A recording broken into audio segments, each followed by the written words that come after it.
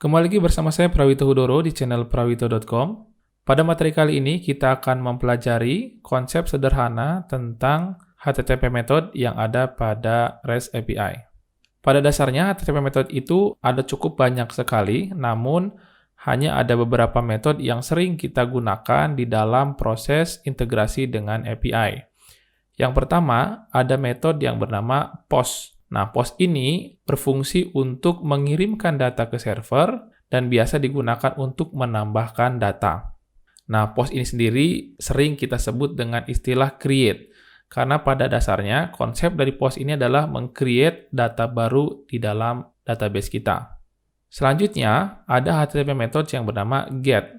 Nah, GET di sini berfungsi untuk mengambil data dari server, atau biasa kita sebut dengan read.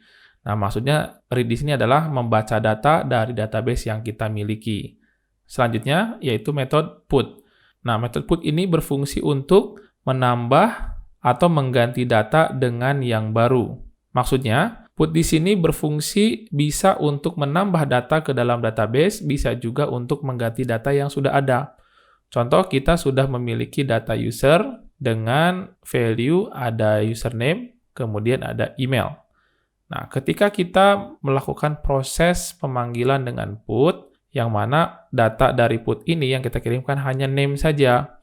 Nah, kalau menggunakan put di sini, biasanya yang tadinya ada name dan email, emailnya terhapus karena data put yang kita kirimkan hanya name-nya saja. Kemudian ada HTTP method patch. Nah, patch di sini sama-sama untuk mengupdate ya, sama fungsinya dengan put tadi. Hanya saja patch di sini biasanya untuk merubah data yang sudah ada dengan data yang baru. Contoh tadi kita memiliki data user, ada name dan juga email.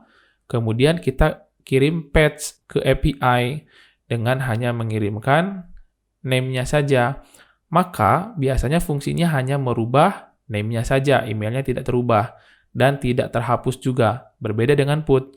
Kalau put tadi kita hanya mengirimkan name saja, maka emailnya bisa terhapus. Kemudian ada HTTP method delete. Nah, sesuai dengan namanya, delete ini berfungsi untuk menghapus data. Contoh, ketika di dalam server kita memiliki data user, kemudian kita kirimkan metode delete, maka fungsi dia untuk mendelete di dalam database tersebut. Dari sekian banyak HTTP method yang ada, 5 inilah yang sering kita gunakan untuk proses integrasi dengan API.